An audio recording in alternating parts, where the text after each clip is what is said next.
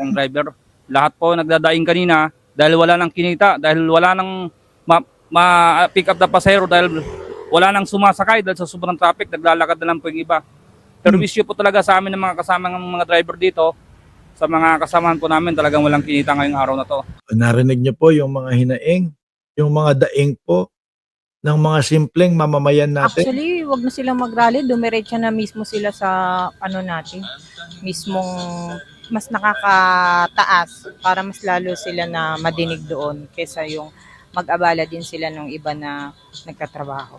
Hindi, yung rally naman po na yan mga kababayan, kay Marcoleta lang naman yan eh. At saka po, doon sa papalapit po na impeachment ng Vice Presidente ho mga kababayan. Yun lang naman po talaga ang dahilan yan eh. No, akala nila mapipigil at akala nila kapag dumagsa ang 11,000 na miyembro ng Iglesia ni Cristo ay mapapahinto at hindi na po makakasuhan si Rodante Marcoleta. Nagkakamali po sila mga kababayan.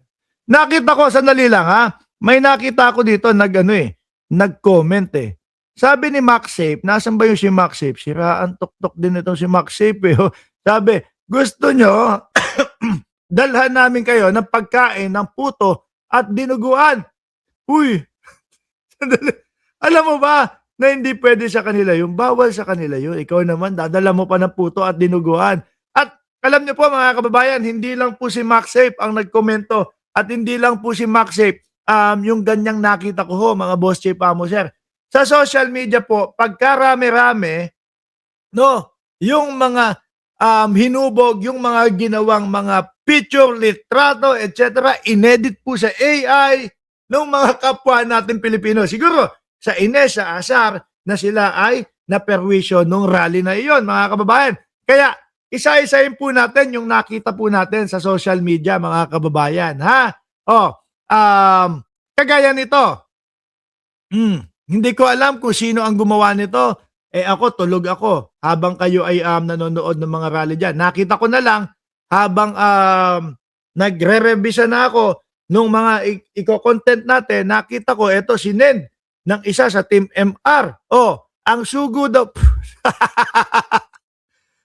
Eto yung mga nagrarally. Tapos, ano yung pinalitan? Pinalitan yung nakatayo doon sa ibabaw. Pinalitan ng bulldog. Mga kababayan, sugo daw po. Sabi ni I Am Batman, may kilala nga ako, Muslim. Ang lakas, lumamon ng barbecue. Ayan pinalitan ng bulldog. At bukod pa dyan, mga bossing, sabi ni Troy Bello, we dinuguan caption sa meme ng INC. Eto. At meron pa, eto. Meron naman.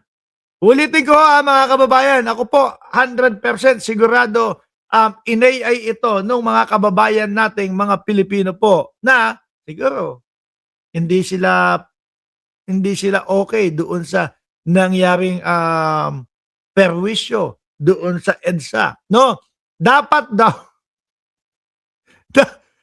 daw may puto ang dinuguan. Tingin ko ang nakasulat dito mga kababayan. Ang nakasulat yata dito ay wag kasuhan si Marcoleta. Something like that. Kasi ito namang rally na ito, kaya sila pumunta dyan, wag kasuhan si Rodante Marcoleta na umamin na nakatanggap po ng 75 million.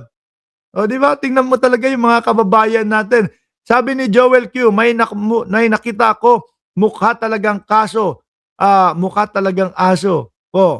Ito pa, dapat naman talaga may puto ang dinuguan. Yun po yung talagang no? Hindi, para sa akin, no? In general po ng mga Pilipino, except na lang po yung mga kababayan natin na INC, hindi masarap naman talaga kumain ng dinuguan with matching puto. Yung puto medyo manamis-namis po. Di ba? Yan yung partner eh. Tapos medyo aanghangan mo pa ng konti. Tapos wag naman dalasan, no? Wag naman dalasan. Kasi tayo mga Pilipino, gusto natin talagang pag kumakain tayo, dighay eh. Yung talagang solve at busolve na talaga mga kababayan. No? Wag naman dalasan. May puto ka sa gilid, tapos may dinuguan ka, at tapos meron ka Coca-Cola sa gilid. Ang ibig ko sabihin, wag dalasan ang paghigop o pag-inom ng Coca-Cola. Ano, minsan lang, isang beses sa isang buwan, hindi naman siguro makakasama sa iyo yun. Oh, yung tipo bang pampatanggal lang ng umay. Oh, meron pa dito. Nako, pati yung mga pulis, inay na ho, mga kababayan. Ano ba to? Peace offering. No? Pati yung mga pulis, ulitin ko po, amin lang po itong nakita sa social media, no? Kagaya po nung lagi naming sinasabi, ang aming mga content, ang aming pong mga topic dito sa channel ni Mark Ramos, yun pong mga nakikita namin sa social media, yung pong mga ibinabalita po sa mga mainstream media, mga kababayan, at tapos nire-reactionan namin. Oh, ulitin ko, AI lang po ito, no? Inedit lang po ito.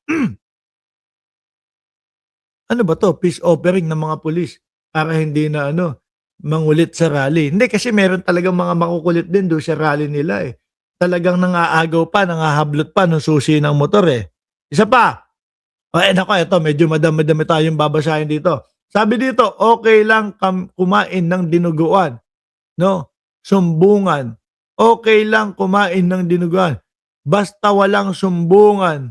Ano yun? Basta. Kumbaga, pang-apat, pang-lima, pang-anim na beses ko na yata sasabihin to, inay lang po ito ng mga kababayan natin na siguro ay hindi nagustuhan yung naging epekto ng rally ng INC. Okay lang silang kumain ng dinuguan, no? Basta wag lang wala lang daw sumbungan o wala lang daw magpapaalam. Ano? Hindi. Pero masarap talaga ang dinuguan eh, no? Pero tayo po ginagalang po natin sila doon sa hindi pagkain ng dinuguan. Okay lang kumain ng dinuguan basta walang sumbungan.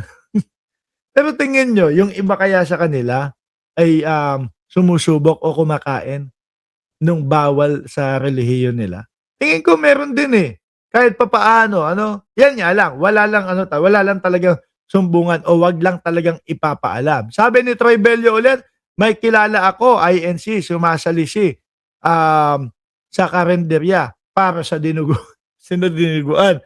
Tuloy, ibaba ang presyo ng isang stick ng Betamax. Betamax! Yung yung inihaw, na dugo pa din. Tragis talaga kayo. Oh. Iba ho ang ng Pilipino, mga kababayan. Lalo na po ngayon. No? Naanuhan na. Meron ng advanced na AI po. Meron ng advanced na AI. Talagang lalong yung mga mapang-asyar nating mga kapwa Pilipino talagang lalong tumitindi ang pang-asyar.